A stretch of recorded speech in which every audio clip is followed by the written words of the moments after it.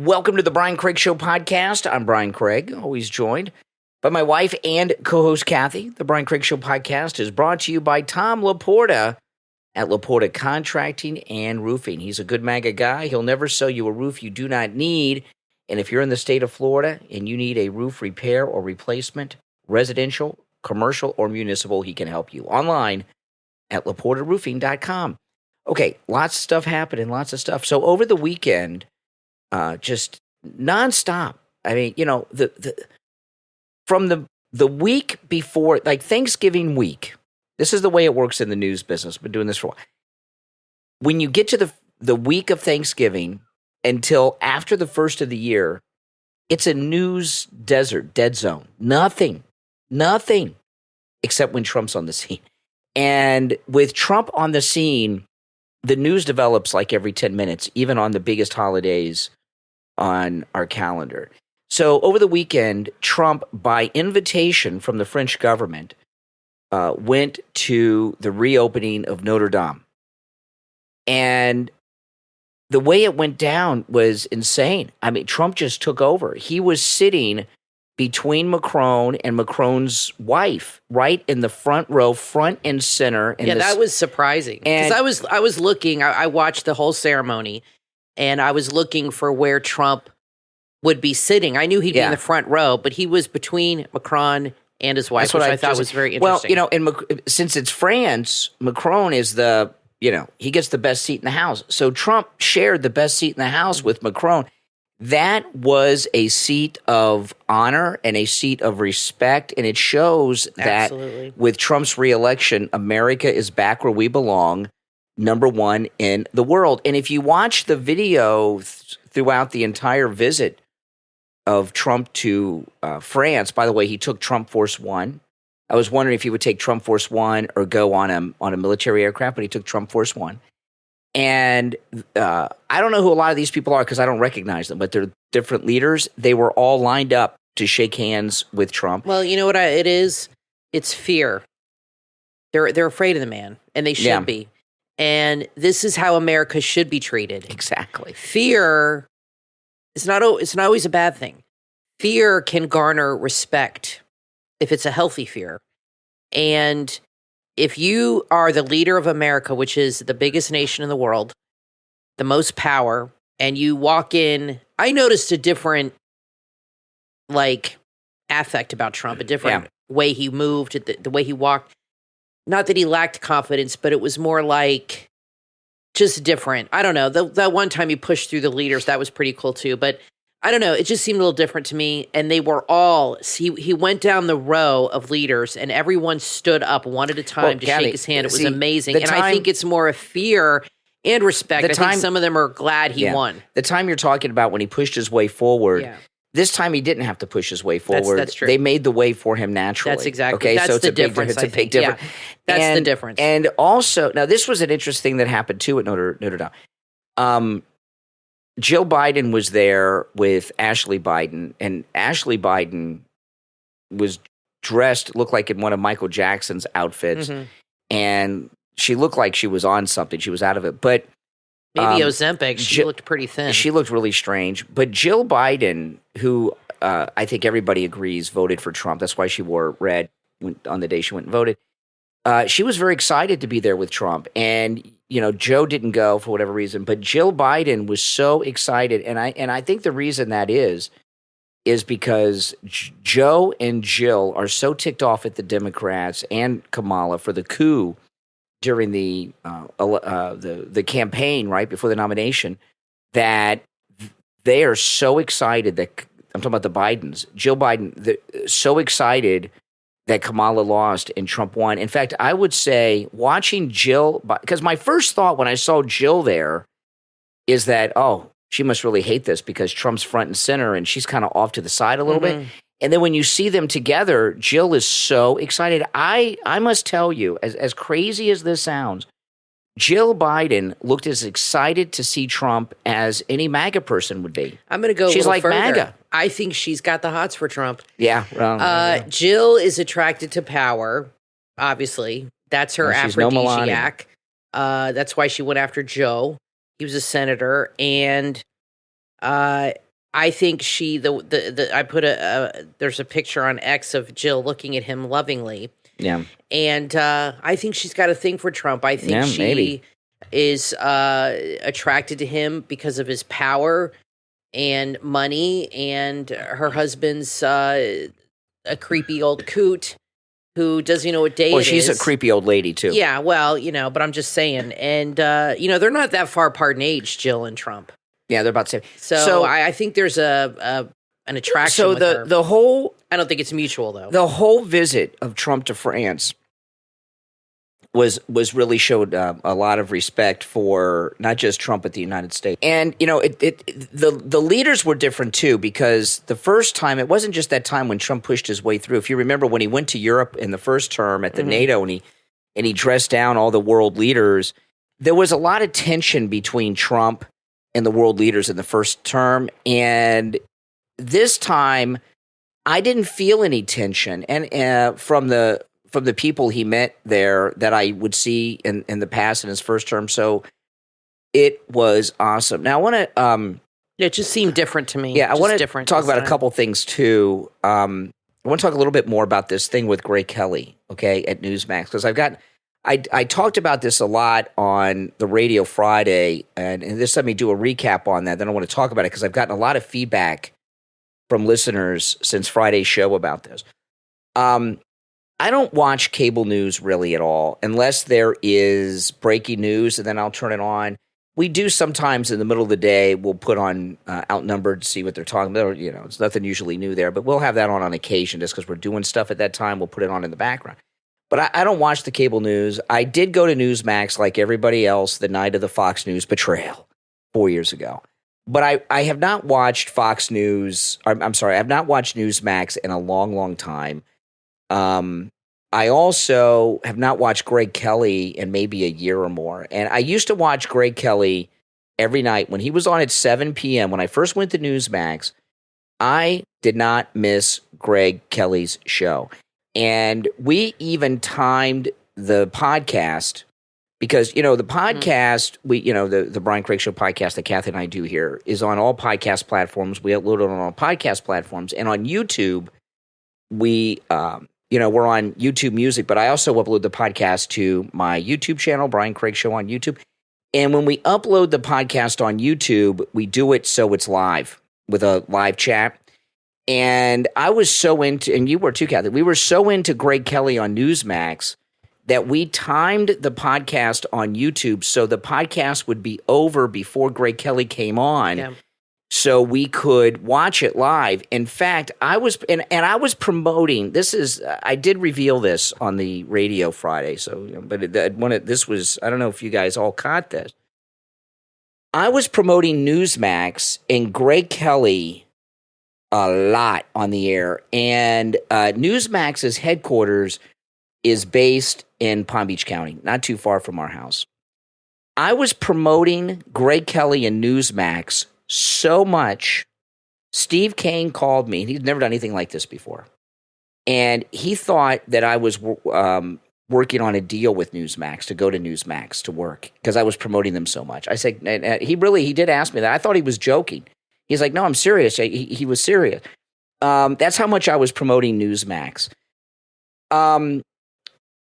But when they moved Greg Kelly to later in the evening, he's on too late for me because I'm winding. He's on at 9 o'clock. Yeah, I'm going to bed by 9 because I get up so early to be on the air. So I have not watched Greg Kelly in a year more than once or twice. Like sometimes what I'll do on a Saturday morning, if I'm doing some work in the house, cleaning the house or something, I'll put it on their app and watch like his Friday episode or something. But I really haven't watched him in a year. So I just happened to be a couple days ago scrolling through YouTube, and a video came up. It was from Newsmax. It was recommended to me that something about Greg Kelly warning of Pete Hegseth. I can't remember. It was something Greg Kelly and something negative about Pete Hegseth. I'm like, well, what's this about? And so that's where this came from. So Greg Kelly has come out hard, and apparently he's been doing this all week against Pete Hegseth being defense secretary, and he went through all kinds of things, including a lot of the things that Joni Ernst and others have been bringing up. And it really ticked me off, and it seemed personal. And I've gotten a lot of feedback. People, let me tell you, if anyone from Newsmax is listening, people, not just me, I've heard from a lot of listeners, they were calling me on Friday. I've been seeing comments on my YouTube videos. I've been getting DMs. People have been telling me they're canceling their Newsmax subscriptions. They're pissed. In fact, I would say the feeling of betrayal that MAGA people have is about the feeling of betrayal they had with Fox when all that happened. And I don't know if Newsmax knows or they just don't care the damage they're doing with their viewers. And, I'm sure the other hosts are not happy. This is what Greg Kelly did is really bad. And then what I've realized is I think it boils down to this. I was very surprised with the Pete Hegseth pick too. Now I do know that Pete is friends with Don and Eric, and I know when he got married, either Eric or Don or both went to his wedding, right? So he's friends with them, and I know, but I never thought too much about it, and I was surprised he got picked too. And then there was an interview that is going with Kristen Welker with Trump on Meet the Press, and he says, I've known him for years through Fox News. So I don't know what Trump meant by that he just knows him from watching him on television, or does he know him well from, I don't know. But he said through Fox and through other ways. Yeah.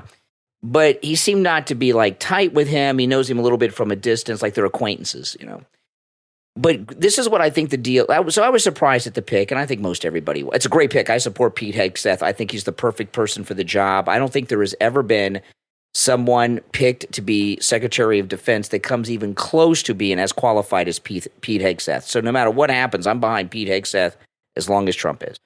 But I think what it is with Greg Kelly is he feels betrayed by Trump. He feels slighted by Trump. Greg Kelly is like, well, why is Pete Hegseth getting a post? Why am I not getting a post? Because I've spent the last 4 years doing incredible reporting on you, and this guy's just doing some stuff on the weekends on the fringe. And I think Greg Kelly is angry at Trump. He feels slighted by Trump, and I don't know how self-aware he is to know that. No, I think you're right, because but that's exactly what it is. When he was talking about Pete, he either really hates Pete and he knows him, or it was personal. Whatever the reason, it seemed personal to me, and it's either personal against Pete, or then you mentioned to me that you thought he was upset because Trump kind of felt he slighted him. Yeah. And that could be it too. And now, but he's on a losing team, and he should learn from Glenn Beck and these other people that tried this strategy, especially when Trump won even bigger than the last time. And the whole world is kissing his ass right now, and everybody's doing the Trump dance, and it's like, America is so MAGA right now. Like it's like all good and everything. Everybody loves Trump and all that. And that's what happens when your ego gets in the way, and the show no longer is about reporting the news, but it's about you and your personal feelings, and you take your personal feelings and interject them into your job. Yeah. And I promise you, when he did that and went on this campaign, it's not like that he just it was all week long from what I understand. He went like on a campaign against this guy, which really upset me. And I talk about that on my Gucci MAGA podcast. And but that upset me the most. It wasn't like a flippant comment that he just made in passing. He like went out of his way, went on other shows. I promise you, Rob Schmidt and these other people are pissed off at him because they're like, our network's already struggling. We've had these issues getting kicked off cable networks and all this stuff. MSNBC is about to go under. We have News Nation now that's getting more and more popular, and we're struggling here. And now that MSNBC and CNN are in trouble with Trump, we have a chance to like really get big if we're pro-Trump. And then he comes along, one of their main guys, their primetime guys, and does that. And I got to tell you, with MAGA people, I don't like canceling people, but MAGA people, it's like when you say anything like that against Trump, or they're done with you. They're like, that's it. I'm done. Well, I mean, look at Candace Owens. Going on a campaign is not good. No, Candace Owens. Really I mean, when people betray Trump, they're betraying us. No, I agree. And I am. I'm not saying it's wrong. I'm not. I wouldn't say that I'm. At first, I was angry at Greg Kelly, but now I'm not happy. Okay, and I'm done with him unless he walks this back. But I'm really.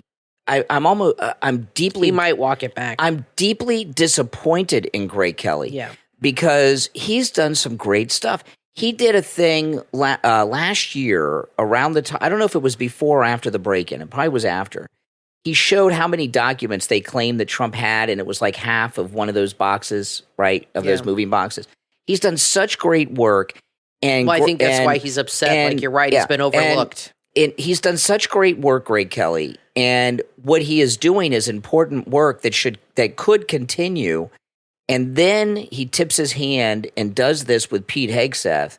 Maybe, and burns. It just really is upsetting. If he's upset at Trump for slighting him and not bringing him to Mar-a-Lago or bring him in, why is he attacking Pete? Why him and not Cash or Elon? Or why is it because he's a military guy? No, I mean, why this particular? It's because they've got a couple commonalities. They're military and TV guys, and Greg Kelly thinks that he is higher up on the totem pole because Pete's just this weekend guy on a Fringe show, Fox and Friends Weekend, and he's doing primetime every night, okay? Well, here's the difference. Pete's a little fish in a big pond, and Greg is a big fish in a little pond. That's the difference. I mean, he's on Fox News. Yeah, it's so he might profile. be the weekend guy, but it's a bigger fish. Well, and it's plus, a bigger pond than Greg Kelly, who's not that it's bad. I'm just saying Fox News is Fox News, and he's also Newsmax is not. He's Fox. also friends with the Trump family, and that involves some vetting and everything else. That means they trust him and know him. Maybe he tried to get interviews or tried to get invited to Mar-a-Lago, or something happened where you're right. I think it's personal, and he felt slighted, and he's taking his anger out on this. And there's horrible things being said about Pete, that he's a drunk, he's a rapist, all these horrible things. And for Greg, none of them have been proven, by the way. And a bunch of people that work with him said he does not have a drinking problem. And for Greg Kelly to come out and compare him to Hunter Biden, that really pissed me off. Like, he basically compared the two, like he's as bad as him. Well, I thought that was a really crappy And on thing. top of everything, Greg Kelly had a false sexual assault allegation against him years ago, and he knows how terrible a false allegation like that is. And it's insane what he's done. Well, he did it, and Newsmax. Yeah, the cat's out of the bag. Newsmax was already on thin ice with me. Not that they care, but they were on thin ice with me a long time ago, and I know some of you as well, because they fired Greg Stitchfield. Right. All right. Is it Field or Feld? Stitchfield, or is it Feld? I can't remember. Stitchfield. And I like him a lot. Yeah. And he talked about it after. It was over Ukraine. The Newsmax is pushing this fake war in Ukraine. Wow. He wasn't. And that's where there was some other stuff too, but that was a big thing. And I didn't like that they were pushing this fake proxy war in Ukraine, but I overlooked that, because I like Greg Kelly. Rob Schmidt's very good, and I know Rob Schmidt's on Pete Hegseth's side. But what you said, Kathy's right. These other people at Newsmax got to be so ticked off. And I'll tell you, Greg Kelly, when I saw him on this video on YouTube, which is on the Newsmax channel, he was a guest on someone else's show during the day. And he says, you could be MAGA and, Trump's not infallible. You could be MAGA and disagree. No. What Trump is doing is such important work, and he has 4 short years. We have to trust him that every decision he makes is the right decision. When he picks someone like Hegseth, you saw what happened with Gates. He has enough people challenging all of his picks. He doesn't need MAGA people doing it, And, he picked somebody to run the DEA, and he dropped him a couple days later, this sheriff from Hillsborough County, Florida. And when that happened, I'll tell you guys, I was a little confused by it, because the Hillsborough County sheriff is the one that arrested a pastor for having services in Florida during the lockdown. And I'm like, well, I was thinking to myself, why Trump pick him? Trump didn't know about that. And as soon as he found out, he dropped him. And the guy tried to say he withdrew his own name, and President Trump came out and said, no, he dropped him. Trump dropped him. So don't question Trump. Trump, he's got a reason for everything, and he's very smart, and he doesn't need us criticizing him. And I'll tell you this. What's going on with Hegseth, with Joni Ernst and these Republicans, President Trump was asked by Kristen Welker on Meet the Press, have senators called you and told you that the confirmation's done? And he says no. So no, he says they haven't. These senators like Joni Ernst voted and confirmed all these lunatic Biden picks, like Ketanji. Ketanji was talking to Ketanji on the Supreme Court was talking about the other day in that hearing. She was comparing transgender sex change operations on children to interracial marriage and such. She's crazy. Joni Ernst and these Republicans confirmed her, this Lloyd Austin lunatic. And what about Mayor Pete with the racist bridges? I don't even know if Mayor Pete has a driver's license. He's transportation secretary. I know he ran the motor pool in the Navy for a few months over there in Afghanistan in the green zone. But they can't approve the Trump picks, but they approve all the they approve all the Biden picks. I think it's all ridiculous. And I think that if you have a senator that is not supporting Hegseth, you need to write your senator and tell them, or call them and just say very nicely, if you don't vote for Pete, I'm not going to vote for you. That's all there is to it, because we voted for Trump.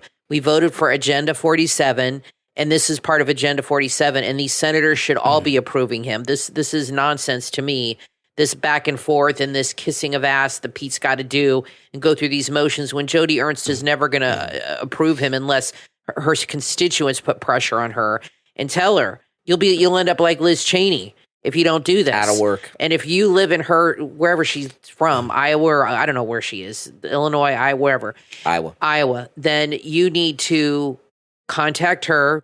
Like I said, leave a message, send an email. Letters nicely. are very powerful. A letter would be better. And just say, if you do not vote for Pete Hegseth, you will not have my vote ever again. That's what you need to do. And that is what will get her to do it. And she will end up, just let her know, you'll end up like Liz Cheney. Nowhere. We will not reelect you. And somebody had mentioned that Carrie Lake's from Iowa and that she could run. I don't know if Carrie Lake's going to be able to run again. I don't know if it's, to be a third time. I mean, these are expensive. I like Carrie Lake, but these are expensive campaigns, and you need to put somebody in that's a proven winner. And I know it's not her fault, but she's lost 2 huge races. And I don't know if the party would put her against Jody. I don't know if that would happen. But somebody else who is going to challenge her. Nancy Mace is already thinking about challenging Lindsey Graham. These senators that are in for life, they need to be made a little uncomfortable. And as far as they're so comfortable in their spot that it's like they're in there forever and they keep getting reelected. Yeah. You need to let them know you do not have my vote. And I'm sure Trump has told her, look, if you don't vote for this guy, I'm not going to campaign for you or endorse you. In fact, I'll campaign for your opponent. Yeah, and I give an example of this. Marco Rubio, who's going to be the Secretary of State, right? In the first campaign, he was, Marco Rubio came up through Jeb Bush. So he was not only a never Trumper in the first campaign, he was saying some terrible things. And when he dropped out because he was losing in the primaries and he came back to Florida, Marco Rubio, he realized real quick that if he did not get in line with MAGA, he was out. And he did, and he's been great ever since, right? Yeah, and Trump's helped his career. In Trump's first term, he always voted with Trump. He was supportive of Trump, and now look, he gets the assignment. And these senators, if they can approve the Biden picks, they can approve the Trump picks. This is not acceptable. Them. It's not about Jody and her personal feelings. It is about the voters and what the voters want. Yeah. And if the voters elected Trump, she should support his picks. No questions asked. That's right. And that's what she should be doing. This whole thing of the senators voting on this and that, it's ridiculous that Pete Hegseth has to go around to each office and beg them for a vote. It's ridiculous. And then meanwhile, he's being bombarded in the hallways by these horrible press people and having to explain himself. I mean, it's awful, but we'll see what happens. I have a feeling she'll come around and I'm sure he'll get appointed because Trump is going to he did an interview on Meet the Press. and he's going to do a lot of interviews. And when it gets closer to that time, now the hearings will be interesting, and I'm sure that they're going to try to make him look really, really bad because they're very afraid of this guy. He's going to turn the military into exactly the opposite of what they want. He's going to take it back to the way it should be, where you have a bunch of tough guys, kicking ass instead of a bunch of LGBTQ guys dressing in drag. Yeah, now trying to recruit people. Now, I want to tell you guys, it is Christmas shopping season, and the Christmas specials at MyPillow.com are some of the biggest discounts I've seen. In fact, on some of the top MyPillow products that I've never seen on special before. Not like this. So do your Christmas shopping with our promo code Kane at checkout, Kane. Huge savings. I think the biggest savings ever on a lot of these MyPillow products. And you get the flannel sheets now. Oh, yeah. And it's free shipping on orders over $75. And the prices are so low right now that you can really do, like if you've got a lot of kids or grandkids or employees, or, you have like a Secret Santa thing going on, you can really load up on MyPillow gifts for friends, family, coworkers, employees. And when you give the gift of anything from MyPillow, people love it. They're like so excited. You have no idea. Kathy and I give MyPillows and different products to people all the time. They love them. They can't wait to go home and use them. And it's something that they keep for years and years. Kathy and I have pretty much every MyPillow product in our house. And everything Mike Lindell makes, even though they're at these great prices, is very high quality. And you cannot tell. I've tried to figure it out. Which is our first MyPillow that we got 10 years ago, and which is the one we just got a couple months ago? I can't tell. Because you really can't. No, it's amazingly high quality. Everything is such high quality. It's made to last. The pillows come with a 10-year warranty. I've never heard of a pillow coming with a warranty. So go to MyPillow.com. You can use our promo code Kane at checkout, Kane, on all the specials at MyPillow.com.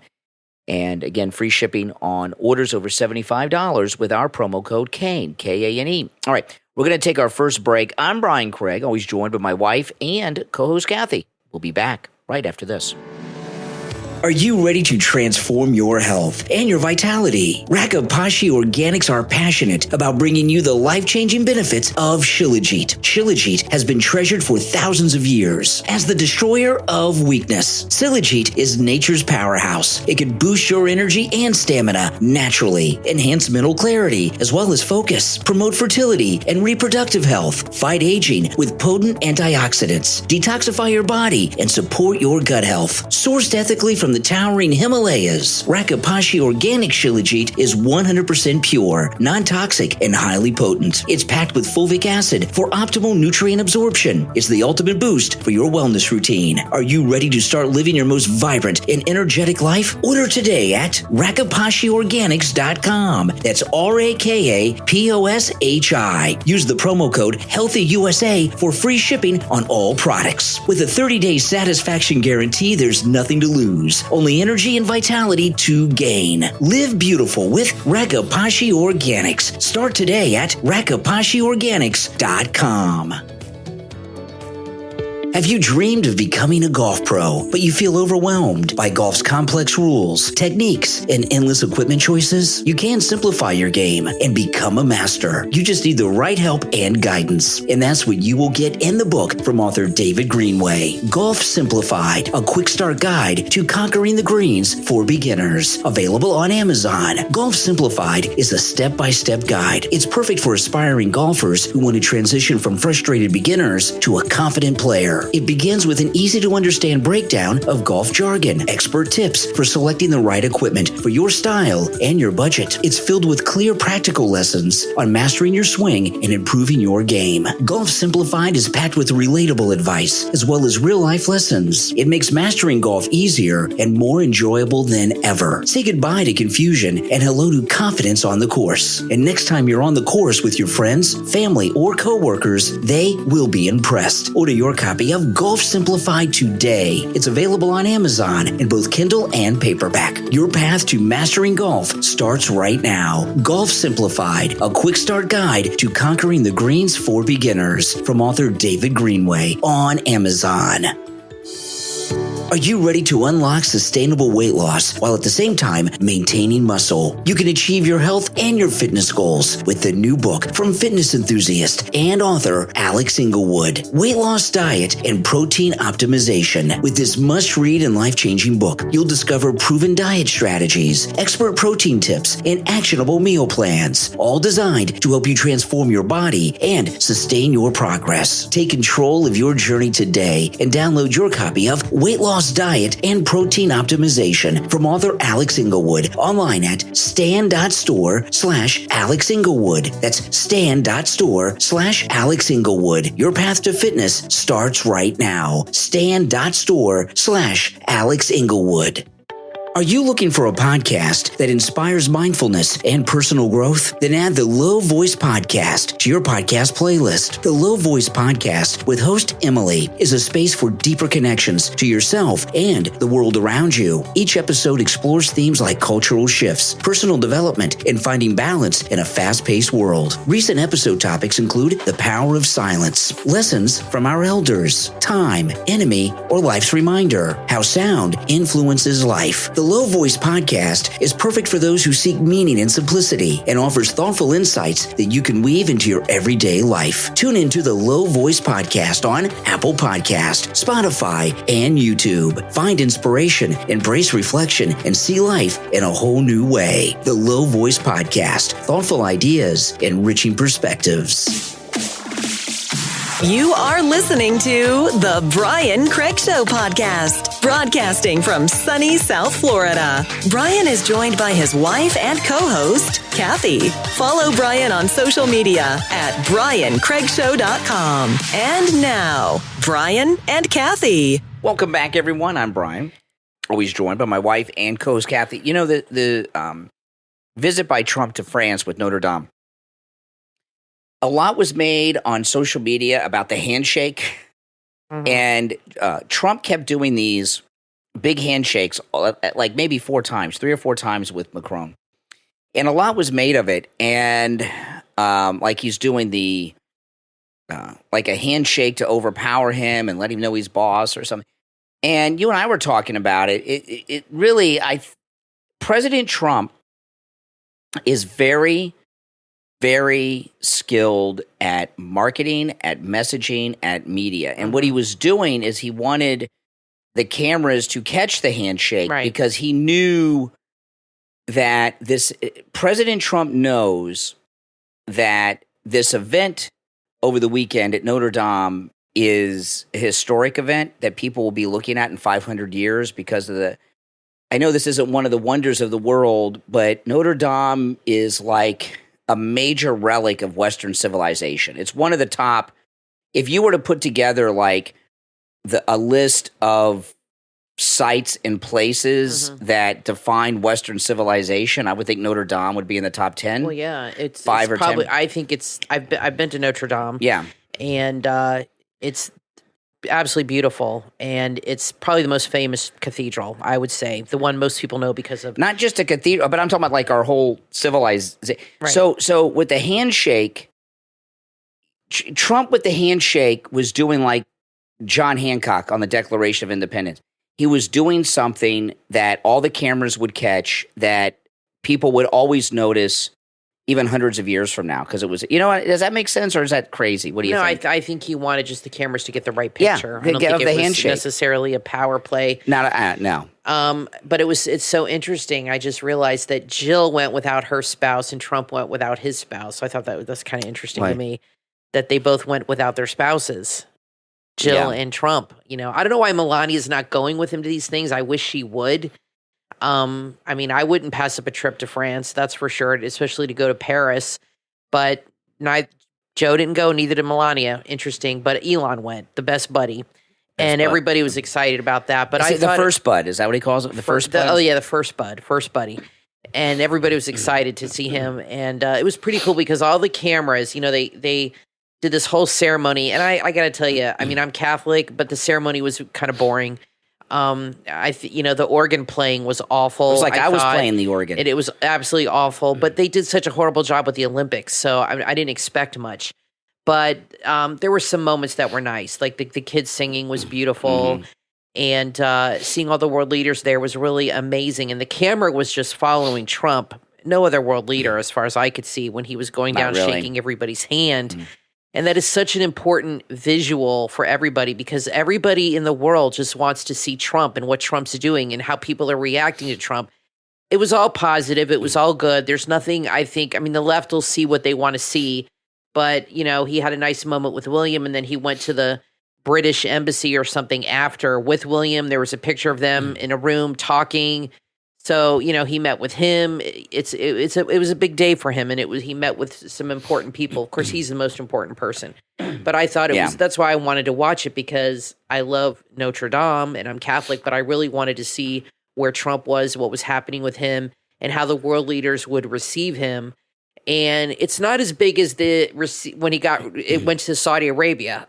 I don't think anything will be that cool. That was exciting. But that was really cool. It really felt like this was more about Trump than Notre Dame. When you were watching it, it's a big deal. Okay, Notre Dame was built in the 13th century. It is I was telling Brian, I took a class on medieval cathedrals in college, and it is a very typical Gothic medieval cathedral. It's very stereotypical, and it was built in the Middle Ages, and and it had that horrible fire. And now when you go, then I went there in 1994, and it's very amazing and impressive. But now when you look at it on camera, it's had like a brand new paint job. The whole inside's been redone and renovated. When you look at it now, it looks like it did when it was first built. It looks brand new. It's amazing. But it really felt like it was more about Trump than the cathedral in some ways. I don't know, maybe it's because I'm an American, but I don't know. It just seemed that way. Like people were more interested in that than what happened with Notre Dame. But I'm glad it's been renovated. Obviously they'd have to do that. It's a huge landmark in the city. It's right on the river. It's not that far from the Eiffel Tower. It's just beautiful. At Notre Dame, cathedrals have relics from the church. And they have what they believe to be the crown of thorns that Jesus wore. I didn't know that. I didn't know that either. I read that today. Yeah, Napoleon was coronated there, and you had said Henry VI was coronated there. And it is, I would say, one of the oldest cathedrals. Maybe they were all built around that time, around the 13th, 14th century, 12th century. But it's just amazing to me that people talk about the Middle Ages being so behind, but then they build something like that. If you go there and you see the columns and the buttresses and the pillars and all these things and the nave and all this and the flooring and the arches on the inside and everything, this was advanced work. These are people that did this with pulleys and ropes. That's all they had. Yeah. And donkeys. Okay, that's how. Crazy. Read Pillars of Earth series, and you'll see how they built cathedrals. But this is how they built them. So how can you say the Middle Ages was so backward when they built these amazing, huge structures for the Catholic Church? But anyway, it was very interesting to see. I'm glad Trump went, and I'm glad he had such a great spot. Of course he would. And I think it was an important thing for him to do. I knew he'd have a good spot. But he had the star seat in the place sitting next to Macron, between Macron and his wife. Absolutely. And he was the star of the show. I tell you who looked like an idiot, though. A bigger idiot than Ashley Biden in that Michael Jackson outfit she was wearing. And that was Zelensky. Yes. Zelensky wore his costume, right? Everybody was talking about that. His sweatsuit, and his combat boots. He looked stupid. And, I noticed when there were some parts where they had the stand. He was standing like an English actor on stage, like with the profile. He is an actor. Yeah, exactly. And you could see it when he was standing there. He was standing like an actor when every time they stood up for something to go on. And I wonder what Zelensky's thinking, because he knows that the gravy train's about to stop. Well, they just said Biden is sending him another $1 billion. He tried to send through 700 million, or I don't know, he tried to send through 700 billion or something, and then Mike Johnson had stopped it. So now he's trying to send another cachet of money, and that's going to end. And then Trump came out today. There's a conflict in Syria, and Trump said, we're not getting involved in that, and it's not our fight, and it's not our problem. And I think that's his attitude, that his attitude is going to be that going in. And I think he said that because he wanted these other people to know this is what's coming. This is not our fight. This is not our problem. Just because we won World War II and helped win World War I does not mean we have to get involved in every fight. But these people make money off these wars. Well, you know what I wonder? That's why they fight. That's why they have them. You know, all these little wars, like what's going on in Syria and these things, how many of these wars are only happening because we fund them and make them happen? Well, exactly. And if we don't fund it, how long will it last? And, like if you look at Cuba, for example, a lot of people don't know this, but, we funded the Fidel Castro Cuban Revolution, as crazy as that is. In fact, you can find this online. Castro came to New York City. He speaks perfect English. He did interviews in English, which you never see before. He's talking about the New York Yankees and stuff. We fund, and look what that is. That's been over half a century of nonsense. When we get involved, it doesn't always work out well. These military-industrial complex people like Joni Ernst and Nikki Haley and the Cheneys and the Bushes, all they do is destroy people's lives and keep the world at war. It's really sick. To enrich themselves. It's really sick. And, Zelensky, the other day, he said he would be I couldn't believe he had the nerve to dictate terms to us and NATO. He says he's willing to let Russia keep the territory they've taken in exchange for NATO membership. Who's he? We don't want this guy in NATO. He'll stir up trouble. And then we'll be forced to back him. I think what'll happen is Trump will end the money and he'll meet with them and Russia will get what they want, and then there'll be peace, and it'll be. I mean, I just don't know what the big deal is. It depends with Zelensky. Okay, at this point, there's a lot we don't. We know that he was put up by people and all this stuff. And the TV show that he starred in, where he was like he becomes the president of Ukraine, that used to be on Netflix. That's why they chose him. They thought, he's the perfect guy. Yeah, I don't know if it's still on Netflix, but when this Ukraine war started, I watched it. I watched every episode. It was on Netflix. I can't remember what it was called. You guys can look. I'm not sure if it's still there. That's how he definitely got the job. It's like making Martin Sheen the president because he was President Bartlett on West Wing. But it's been a couple years now. So we don't know how much Zelensky is in control or handlers, big money guys are in control. So what I mean by that is Zelensky is now a dictator. His presidential term is up. He suspended elections and says there'll be no elections as long as the war is going on. So he's never going to want to declare an end to the war because then he'll be out of power. So if he is really in power without, guys behind him controlling everything, he may not be so quick to end things, even with Trump cutting off the money. It's really what Biden and these establishment people have done in Washington to Ukraine and in Ukraine is just god-awful. It's terrible, and it's going to be a mess when Trump cuts him off. I wonder what Democrats think of that bought into this Trump is Hitler incarnate. What do they think about Trump being invited back to Paris and Jill Biden just having a chit chat? She was laughing and everything else with him. Yucking it up with Hitler and France and inviting Hitler back to Paris. I mean, give me a break. I think if you're a Democrat, you should realize that the media just lied and manipulated you, and this guy's no danger to anybody. It's a joke. And this Meet the Press interview with Kristen Welker with Trump, I've seen the interview. She didn't talk to him like he was Hitler. She was very kind. I noticed that. And deep. There's a different level now. She wasn't her normal self. And if you're interviewing Hitler, if you're interviewing like a David Duke, okay, you're not kind to them. You give them a hard time. You ridicule them. The reason is because the American people vastly love Trump and support him, and these news networks have finally gotten out of their bubble. Their bubble has burst, and their ratings are so low that they're actually treating him with respect because they're trying to win that audience. They're trying to save their networks. Yeah, good luck. And they don't have a villain to stop anymore. They don't. You know what I mean? Trump won. That's it. He's not going to run again. This is it.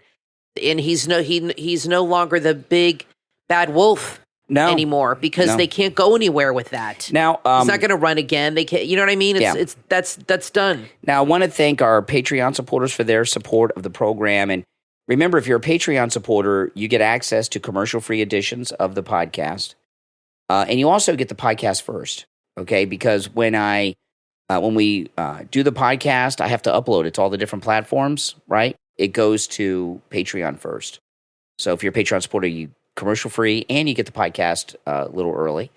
And if you're a top Patreon supporter, you get a live on-air thank you shout-out on each and every episode. So the names you'll hear now are our top Patreon supporters. I want to thank Andrew and Connie, Christine, ETW, Chuck, D, Pamela, Rick, Nick, Wesley, Macho, Mike P, Carlos, Paulette, Dale, John, Heather, David, Maria in Texas, Richard, Alice, K-Mac, LeeZep, Shawna, Constance, George, Brandon, Rob and Trish Wilkerson, Christy R, and John S. These are top Patreon supporters.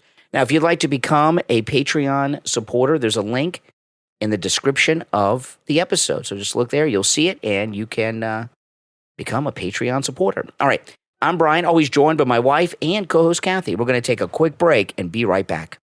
Are you looking for a podcast that tackles the biggest questions of our time? Then add Ponderland to your podcast playlist. Ponderland host David broadcasts from Northern Ireland, and he discusses the issues that are shaping our world, from the geopolitical turmoil in the Middle East to breakthroughs in space exploration and AI. Each episode offers a unique blend of insightful commentary, critical analysis, as well as personal reflections. As a believer in social justice and equality, David reflects on the past, speculates on the future, and shares his passions, all while thinking about the legacy he'll leave behind for his children. Recent discussions of Ponderland include pondering longevity, escape velocity, and the future of humanity, the unexpected history of oil, inspired by the television drama Landman, and the horror of a visit to the dentist. If you're ready for engaging conversations that challenge the way you see the world, tune into Ponderland with David. Ponderland is available on Spotify, Apple Podcast, and everywhere you get your podcast. Share Ponderland on all your social media so your friends can tune in too. Ponderland, where the big questions find thoughtful answers.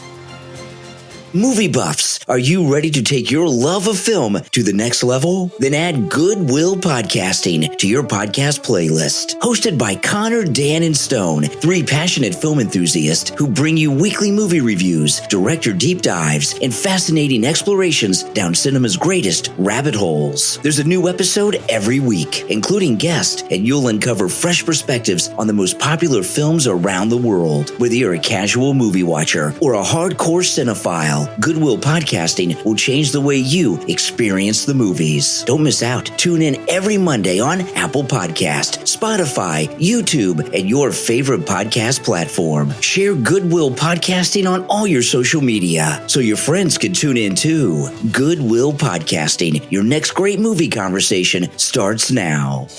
Are you passionate about sharing your family heritage, language, and culture with your children? The #1 new release on Amazon, Raising Multilingual Minds, a practical guide to embracing heritage language across generations. From author Dr. Oche Yilmaz, will empower families just like yours to nurture multilingualism and preserve cultural identity. With Raising Multilingual Minds, you'll learn how being multilingual offers your child lifelong cognitive, social, and emotional benefits, while equipping them with adaptability. You'll learn how to overcome challenges like societal pressures and resistance. Discover how to build your child's confidence as well as their pride in their multilingual abilities, and create a home where language and culture thrive naturally. Multilingualism is more than language. It's a priceless gift of connection, resilience, and belonging. Raising Multilingual Minds will guide you in turning challenges into opportunities while building unshakable bonds across the generations. Celebrate your family's linguistic diversity and order your copy of Raising Multilingual Minds, a practical guide to embracing heritage language across generations. From author Dr. Oche Yilmaz. Available on Amazon in Kindle, paperback, and Kindle Unlimited. Order your copy right now on Amazon. You are listening to the Brian Craig Show podcast, broadcasting from sunny South Florida. Brian is joined by his wife and co-host, Kathy. Follow Brian on social media at briancraigshow.com. And now, Brian and Kathy. Welcome back, everyone. I'm Brian Craig, always joined by my wife and co-host Kathy. You know, MSNBC has become basically like a train wreck over there because everyone knows that they've lost, in some instances, 70-80% of their audience in certain day parts. And everyone has been hearing the stories that it's being sold and everyone's going to get fired. So to have people, to be on the air for these people during that is a very difficult thing, because it's not like a normal thing of being out of work. They're all rich and they're very self-important. They'll think they'll end up somewhere else or something or whatever. But except Joy Reid, but it's also, I wouldn't assume that they would all end up. I don't think. No. Don Lemon. He's walking the streets of New York by himself. That's not what I said. Interviewing people. He's got no job. That's not what I said they're arrogant and think that they will end up somewhere else. Nobody wants Rachel Maddow. No, they won't end up anywhere. Nobody wants Joe and Mika. Okay, but they don't, because it's a losing network. It's but they don't know ship. that. Right. But it's also very humiliating to them, because they know that their viewers know everything that's going on. Right. And every one of the main people at the high profile big mouths, right? Joe and Mika, Rachel Maddow, and Joy Reid. I know there's a lot of other people, but those are the three big mouths. Mm-hmm. Oh, well, Joe and Mika are one person, right? Those are the big mouths. Joe Scarborough has always been nuts.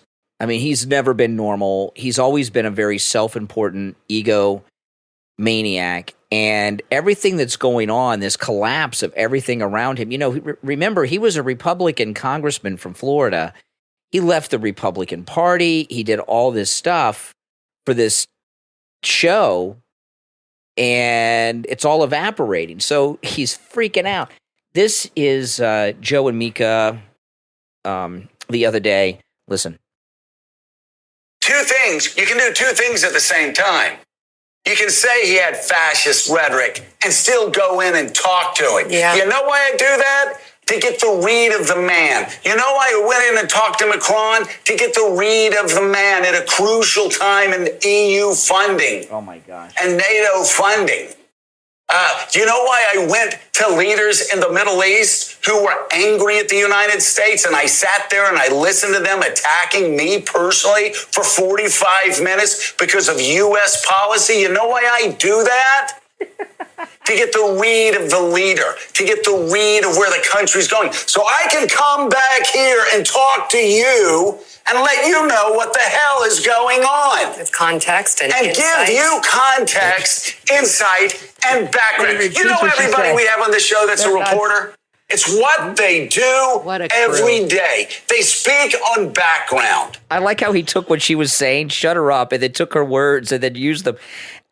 He is such an asshole. I'm sorry, but he is. Joe Scarborough. I've never heard so much name dropping. And when it comes on, and I like how he's pathetic. I like how he acts like he's invited to these important places with important people around the world, so he can approve or not of things. And then he has to come back to America so he could tell his viewers what's going on, because his viewers are so stupid. They don't know what's going on unless Morning Joe tells them. How pathetic. Yeah, he sounded really pathetic. This is the thing, okay? His whole world is falling apart. It's obvious. This guy, Joe Scarborough, is so disloyal. He didn't get the job on Fox. He got it on MSNBC when he left Congress. So he ends up becoming a liberal. Right? I mean, if he would have gone to Fox, he'd be a conservative. This guy, Joe Scarborough, has zero political convictions. All he cares about is ka-ching, ka-ching, ka-ching, and him looking good and important. That's how most of these people are, because, crazy. We're not like that because we're not hanging out in the Hamptons or in these circles, so we have nothing to gain from. Well, I don't know about that. It helps. It helps. No, but I'm saying we don't take a certain side because we gain something. From it. Yeah, you know what exactly. I mean? Like we just tell you how we really feel. Yeah. I mean, we get people to watch on YouTube and stuff, but it's not like somebody's offering us millions and millions of dollars to push a certain narrative. No. And I don't even know if I would be comfortable doing that, to be honest with you. But what's happening is he's in this bubble of he's into politics. He was a politician, and those are his rock stars, okay? Mm-hmm. He loves nothing more than to hang out with politicians and world leaders and be in that circle more than anything. And I would say politicians are higher up than even celebrities, because even celebrities get gaga over politicians. It's the power that draws people. That's what I think it is. It's a huge attraction for people, is having power over something. Yeah. And, when you're in that inner circle and you're invited to the dinner parties and you're hobnobbing and this and that, that's hard to give up, especially if somebody takes it from you. It's different if you walk away. But if somebody takes it from you when you're not ready, that's really got to burn. And that's what's happening. And I tell you, I don't want MSNBC to just go away. That's not good enough for me. I want somebody else to buy it and to fire everybody at that network and replace them with somebody else. With conservatives. That would be more satisfying, in my opinion, than anything else. It'd be either way is fine. I can't wait for the day when those people are off the television, because they are poison people. But what happened with Joe is, well, first of all, he's a clown and he's a joke. He always has been. Always has been. Yeah. And I would venture to say that behind the scenes, there was a report on X that Minka and Rachel Maddow got into a huge screaming fight off camera, which Mika and Rachel Maddow. Oh yeah, I saw that because of the Trump, because they went to Mar-a-Lago and Rachel Maddow flipped out. I would imagine behind the scenes, she thinks that it humiliated MSNBC. But Joy Reid doesn't. Right, when you're at a big corporation or you work for a big company and everything's great and the company's doing well, everybody's on a high. But when the company starts to do bad and it's sinking like the Titanic, as fast as the Titanic, everything goes to shit. And everybody's blaming each other and pointing fingers. And this is your fault. This is why this is the... And they're all looking for somebody to blame, because they're not going to... Rachel Maddow's never going to blame herself. She's never going to blame herself. And Joy Reid's never going to blame herself. So they're going to start blaming other people on TV that are on air. Well, if you get rid of him and her, the network will do better. What's happened is... They start off the day. They're setting the tone. This is what's happened, okay? So they're going to blame them. Everybody at MSNBC is ticked off that Joe and Mika went to Mar-a-Lago.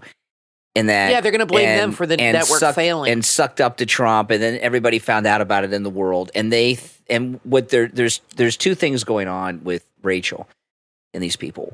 One, they think it makes them look bad, like they're collaborators with the Fuhrer, because they think he's a Nazi. Exactly. And the other thing is what you said. They're looking for somebody to blame for the exodus of viewers. So they're blaming Joe and Mika going to Marlon.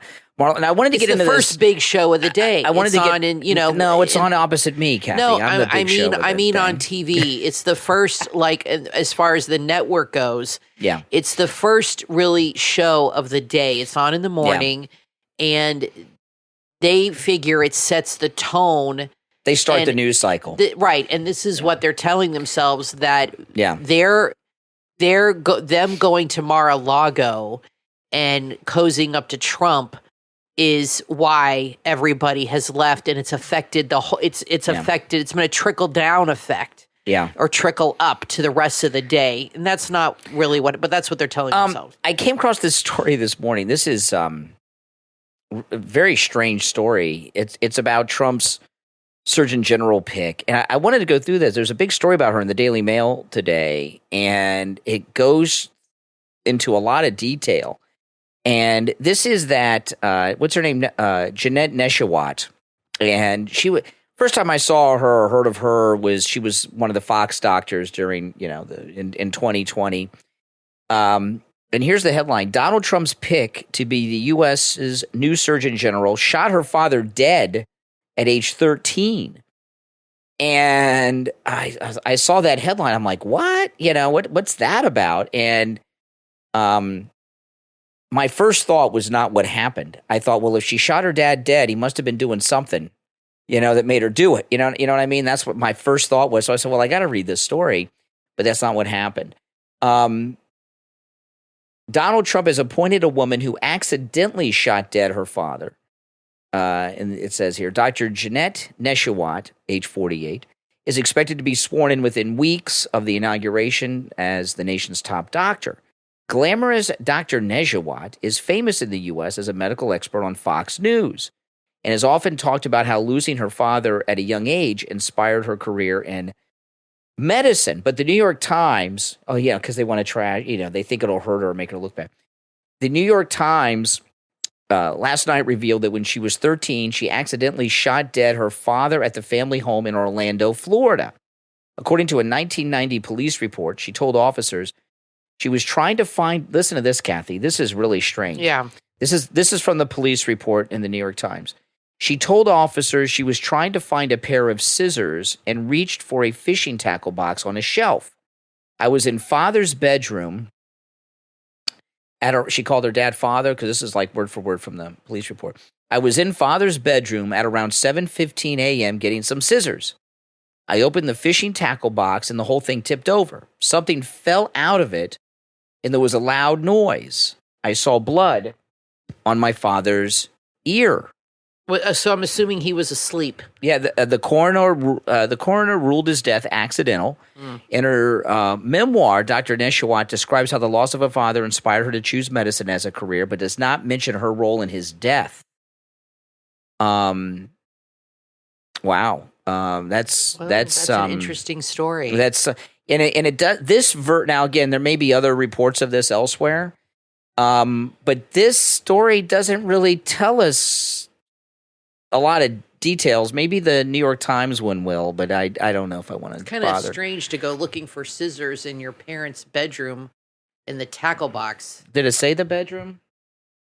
It said top shelf. I didn't. Well, I'm assuming he was asleep when it happened. Because or maybe he was doing some. I don't know. If it fell to the ground, I'm assuming it went off when it. This doesn't make sense. It fell to the ground and then the gun went off. I need to find a more. How would that shoot him in the ear? I need to find a more detailed story.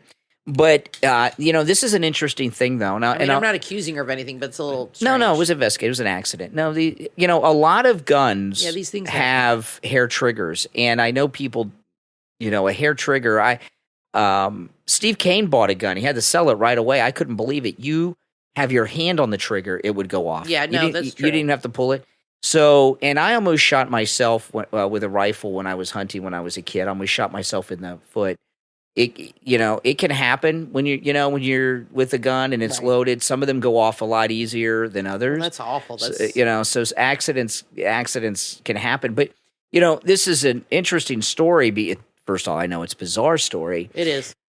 But the Democrats have been making moves over the last several years to get their gun control stuff through the Surgeon Generals. They want to declare it a national health emergency, gun violence. They were trying to declare racism a national health emergency through the Surgeon General. That fell apart, but they were trying to get the gun control done that way. And for the new Surgeon General to have an experience, not just with a gun death in the family, but a gun accident. Most of the deaths that you see in the United States based on gun deaths are people taking their own life or accidents more than any. And there's a lot of accidents. And I'll agree. Anytime I've been to a gun store or a gun range in my life, no matter where it was, there's always guys in there buying guns that they are not really qualified to have, right? And you can tell, but they still buy them, and so there's a lot of accidents and everything else. But it's a sad story. I got to say, I don't love his pick for who? Of her, and really? I kind of wish he would have chosen the Surgeon General of Florida. He's very good, and he was against all these lockdowns and masks and all this from the beginning. She was pro-mask. She was pro-lockdown. She did change her mind. I think I know why he picked her, though. But I would have chosen the Surgeon General of Florida. Yeah, he's very good. Very good. He's very good. And he would have been a better pick for me. I don't like. I think he picked her as a pick. I think I know why he picked her. One, he knows her from Fox, right? Like Pete Hegseth. But the other thing is, this is what I think because she's mentioned things like this once or twice on Fox during segments. She agrees with him on the transgender stuff a lot. And it is very possible, what's going on with sports and the military. Trump is planning a purge of transgenders from the military. There's 15,000 currently serving. And, and he's also going to use federal funding to stop the colleges and local schools from doing it too. And maybe she's going to come out and make some rulings on genders to make that easier. You understand what I mean? Right. So okay. I think that's why he probably picked her. I'm sure he has his reasons, and I support whoever he chooses. There's a story about this in the New York Post. It said that her father was sleeping. Oh my goodness. So he never knew it. It says here, she was searching for a pair of scissors that were in a tackle box on a shelf above the bed where her father slept. Okay. Strange to slept in the tool keep shed. A tackle box above your First of all, I wouldn't have shelves above my bed. That's strange to have a shelf over your head. Seems kind of risky. But anyway, so the tackle box was on the shelf over his bed. She went to get a pair of scissors, knocked over the tackle box onto the bed. Okay, onto the bed. And he was asleep, striking her sleeping dad in the head. Could happen. Yeah. It can happen, but kind of weird to have a shelf above your head with a gun in it, but, well, it could be. Obviously, it was an accident. Kathy, it wasn't like a high shelf. It was probably like the headboard. Kind of like had a shelf built into it or something. Maybe. You know what I mean? Some tacky old style bed. And, but that's a god-awful thing that she's gone through. Awful. Oh my goodness. I like her. I've seen her on Fox. I don't dislike her. But, and she's very, Trump, I think, chooses a lot of people that are good on TV and handle the media important. well. And I agree with that. I think if you cannot handle the press, then that's not a good quality. The press is so vicious that you need to be able to handle it. And I think she has a lot of TV experience and did a lot of interviews. So I think he liked that about her. But I think you're right. Maybe they had a few conversations and he said to her, look, this is what I want to do. Are you on board with this? And she probably said, yep, no problem. I'll do it. And maybe he did talk to the Surgeon General of Florida. I don't know. And maybe he wasn't on board, but I don't care. I support whoever he supports. Yeah. I trust him completely. And I think Trump is going into this with a totally different mindset. Well, what you said, I think I do agree with what I said at the beginning, that I think part of it is that he picked her is I think he's going to get this. I think the Surgeon General under Trump, Neshawat, is going to make some Surgeon General recommendation, like they have on cigarettes. They always when a Surgeon General releases something, like it's like Surgeon General's it's warning. profound. Right. I think the Surgeon General is going to define what a man or a woman is, and I think he picked her for that. And the other thing, and the sports thing too, and the other well, that's how it all would work: the military and the sports. Yeah. And the other thing, what you said is true. He does pick people that are good on television because you got to be good on TV to sell it, and if you have people that are good looking and think, today central casting. He always talks about Kathy, that central casting. He's got the best looking cabinet. That's for sure. It's a funny thing we were talking about this because I did a live stream this morning from Starbucks, and I've been rotating Starbuckses lately. And I went to a Starbucks I never go to live stream from today. Which one? And I don't want to say which one. The reason I've been rotating the Starbucks is because I was going to the same one for a while, and I was starting to build up a live audience.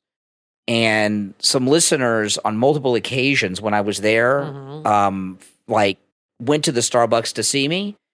And but they don't talk until after I shut off the cameras. And I was like, well, I don't know if it's a good idea for me to live stream where I'm at every time. So I've been going to different Starbuckses just to kind of – I don't think it's good to build up a live audience when you're in a public place like that, live streaming. But anyway, I went to a Starbucks I go to sometimes late in the day, but I never go there in the morning.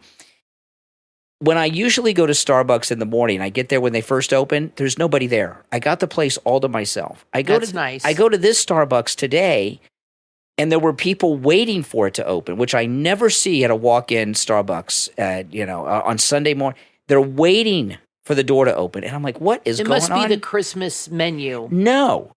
No, the people that work in this Starbucks in the morning, I've never seen them before because I go late in the day. They're like models, the men and the women. Oh, they're like, and I would say the guy that helped me, he was like muscle bound. He looked like a Calvin Klein model. He was wearing a skin tight shirt, and then the women that worked there all look like Victoria's Secret models. So that's why they have a lot of business. So if you have people that are good looking in your business or marketing your agenda on cable news shows or on Meet the Press, if they're good looking and good on camera, it's easier for them. Well, it matters. Visuals do matter. I mean, people. I think your qualifications you gotta have both. Are more important, obviously. But if you have like a Rachel Levine type, oh my goodness, what's that going to sell?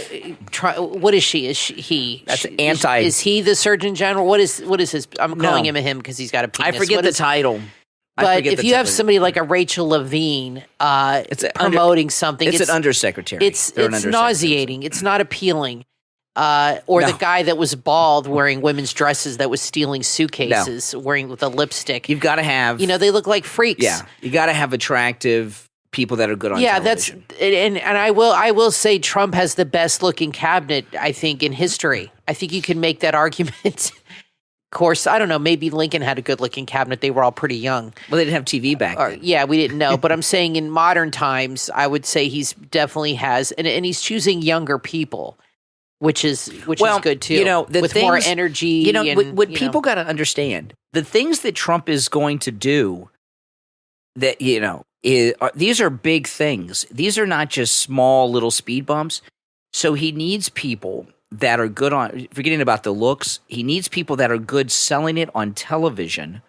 Okay, so it's harder to hate people that are good on TV and are articulate about what they're saying when they're promoting these things. Now, I want to tell everybody about Tom Laporta at Laporta Contracting and Roofing.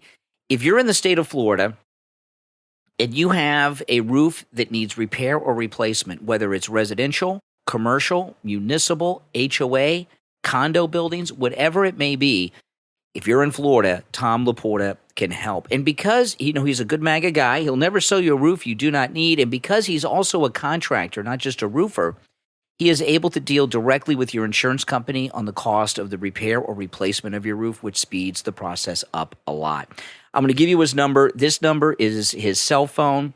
Tom Laporta only lets me give this number out. When you go to the website, it doesn't have a cell phone number out, but he lets me give that out. And this number, if you don't believe me, give him a call or text him. You'll see. It's a cell phone. 954-604-4602. 954-602-4602. For Tom Laporta at Laporta Contracting and Roofing. I'm Brian Craig, always joined by my wife and co-host Kathy. We're going to take a quick break, and we'll be right back. Don't go anywhere. Every mother has a story, a legacy of faith, love, and resilience. From author Carrera Falou comes a heartfelt invitation for mothers to share their unique life stories. Mom, Tell Us Your Journey, a guided memory journal to share your story and love. Available in paperback on Amazon. With Mom, Tell Us Your Journey, using thought-provoking prompts, you can reflect on your journey from your childhood to motherhood, capturing the moments that shaped you, the lessons you learned, and the traditions that define your family's legacy. Imagine your children and loved ones reading your story, understanding your history, and feeling the depth of your love, as well as cherishing the strength of your faith. Inside Mom, Tell Us Your Journey, you'll find thoughtful prompts to record your experiences and your dreams, space to preserve cherished photos and your memories, as well as opportunities to pass down your values, your faith, and your traditions. This journal is a timeless gift that will inspire generations. Order your copy right now on Amazon in paperback. Mom, Tell Us Your Journey, a guided memory journal to share your story and love. From author Carrera Falou. Because your story is a treasure. Share it.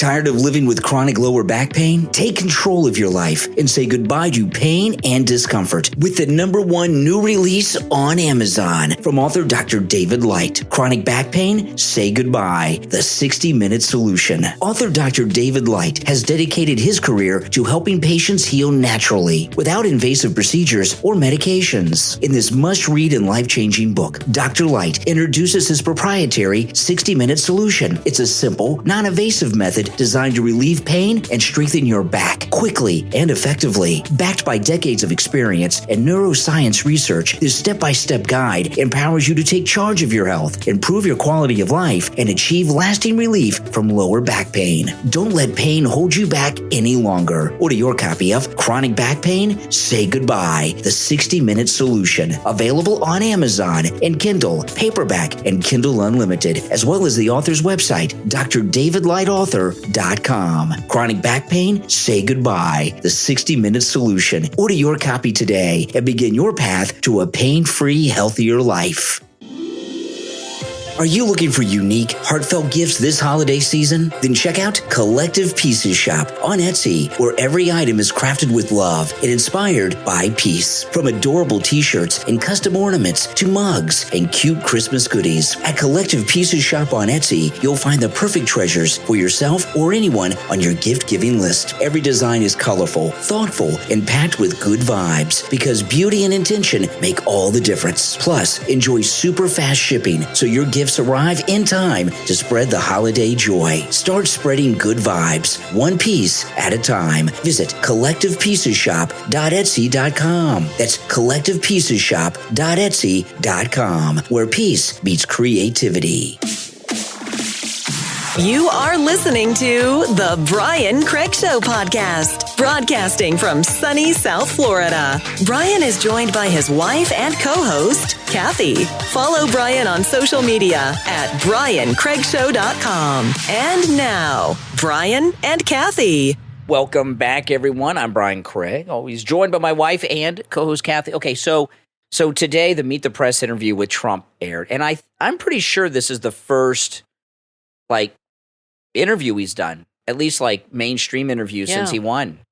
Yeah, I think so. Like a real proper sit down with I think it might be the first. Yeah. Yeah. So I wanted to play some clips from it. And, here's the thing, Kristen Welker, if Trump is Hitler, are you actually sitting down with Hitler? I mean, does that mean they're sitting down with Hitler when they sit down and interview these? Yeah, she's sitting right next to him. I guess she's not afraid. But I was telling you guys in the last segment, we were talking a little bit about the Surgeon General and the reasons over the transgender thing. He may have picked her, right?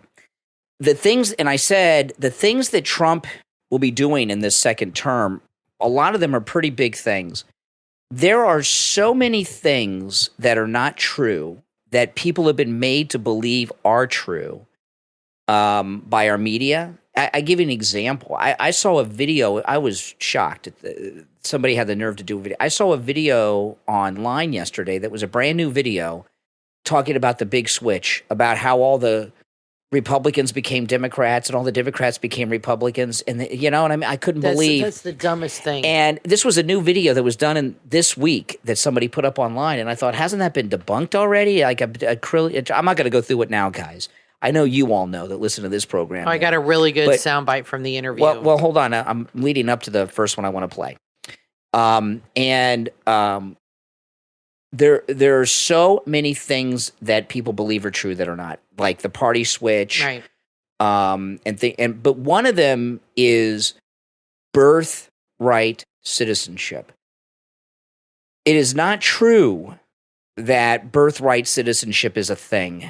When the slaves were freed, there were two things this was about.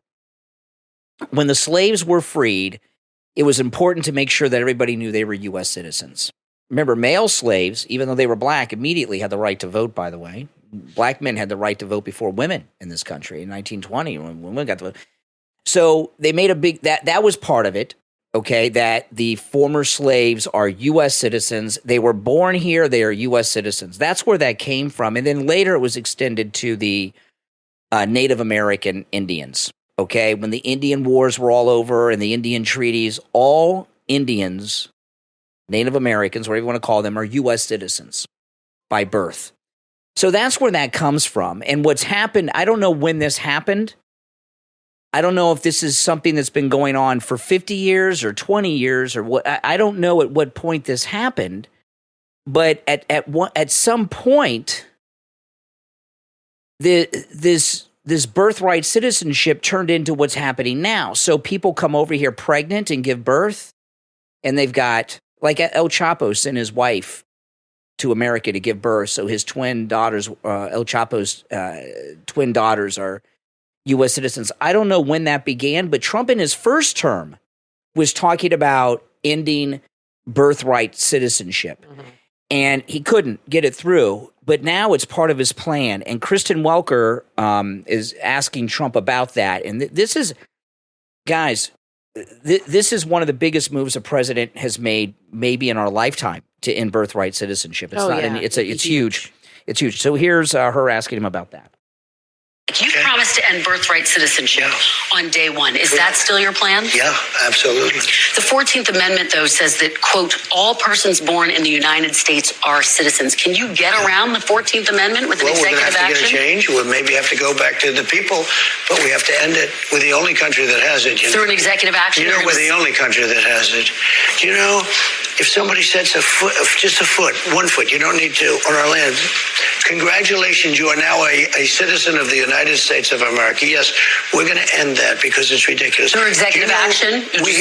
Well, if we can, through executive action. I was going to do it through executive action, but then we had to fix COVID first, to be honest with you. We have to end it. Okay.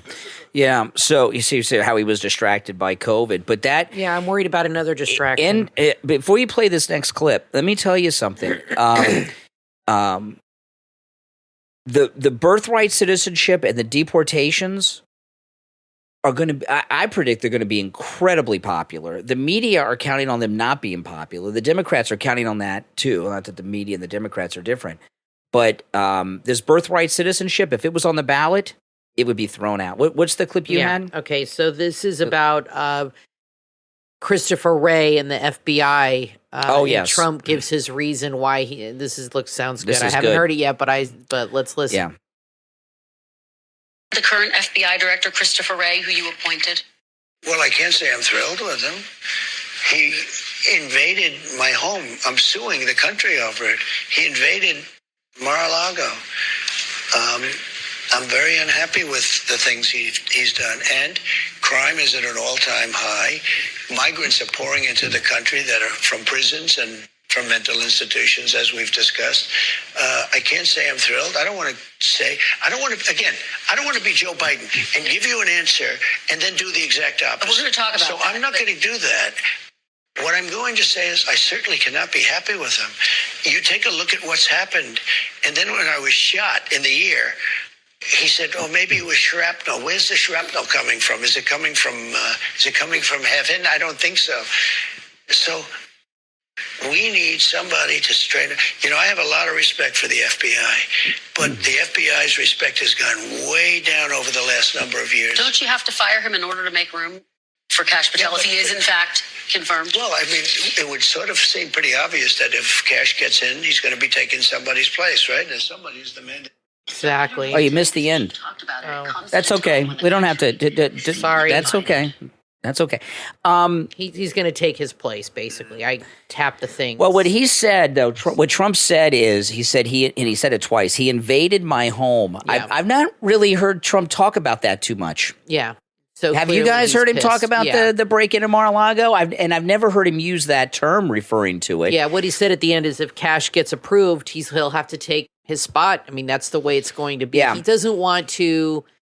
Trump is playing it closer to the vest this time around. He doesn't want to put anything on record that the press can use against him. And that's how I see it.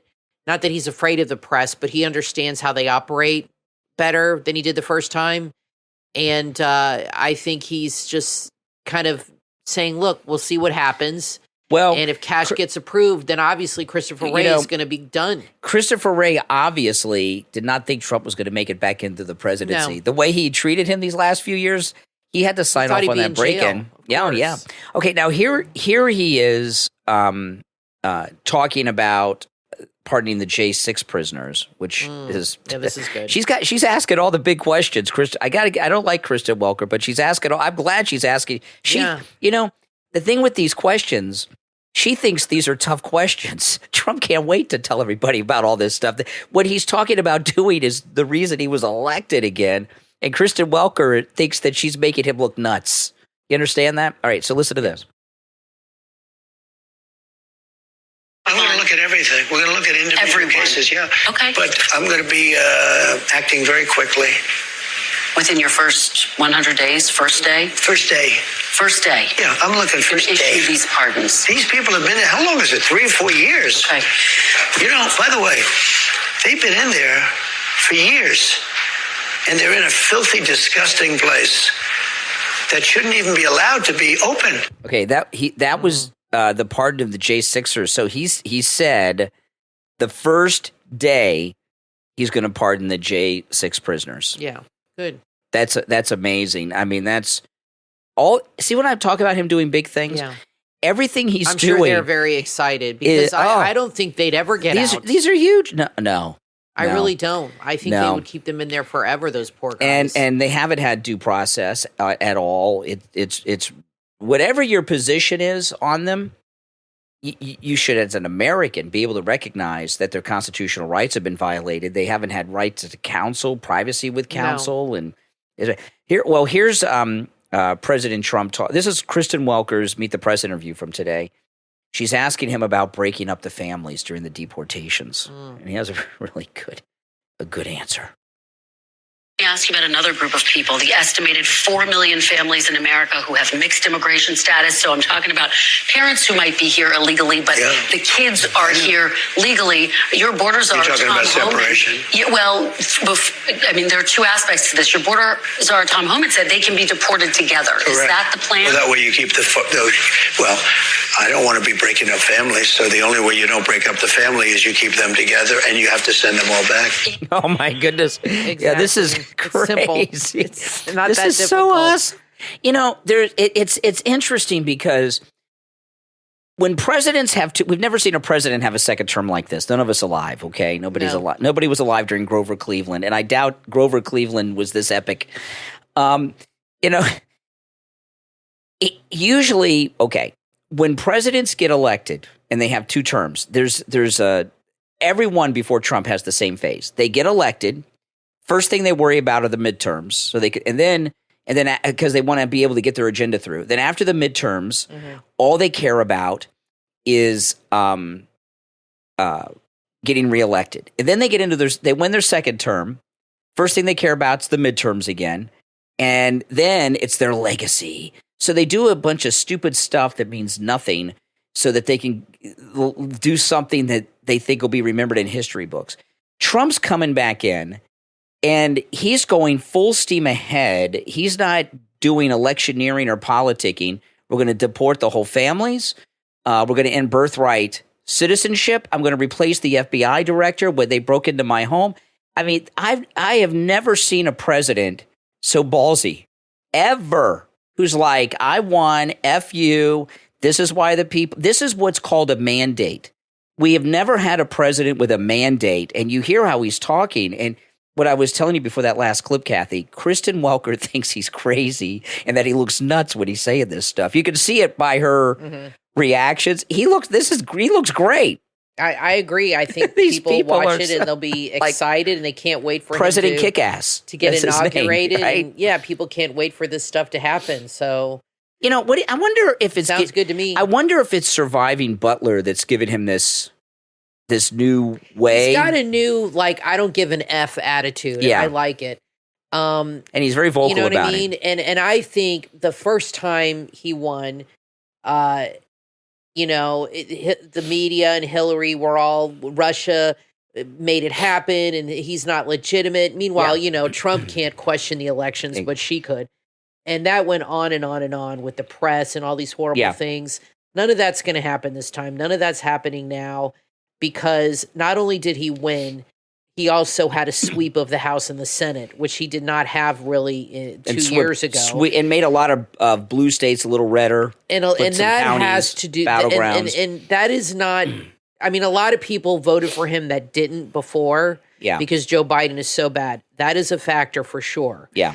That the woke ideology is being rejected. Mm-hmm. But that also has a lot to do with Lara Trump and the RNC being in charge and not Ronna McDaniel. So we'll just leave it at that, and you guys understand what I'm talking about.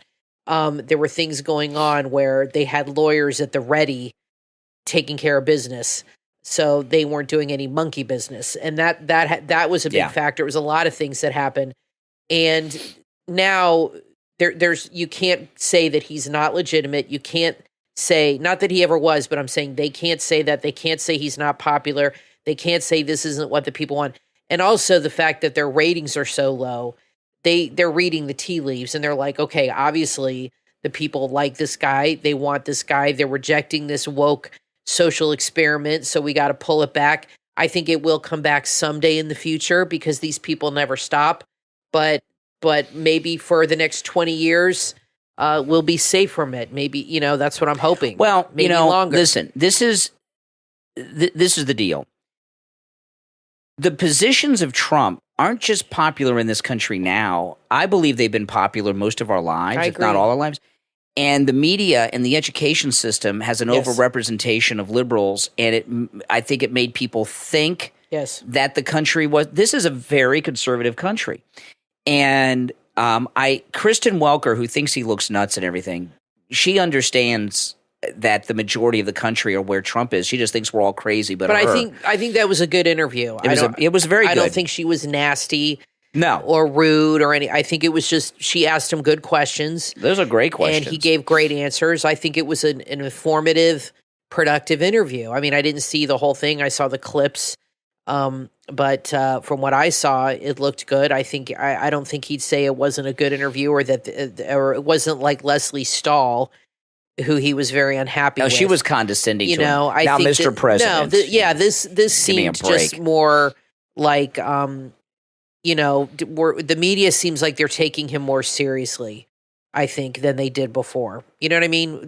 That's just my impression. When you're elected, when a president is, a lot of times presidents can get elected on a lark, okay? It's just like the right timing or people like the shirts they wear and things like that.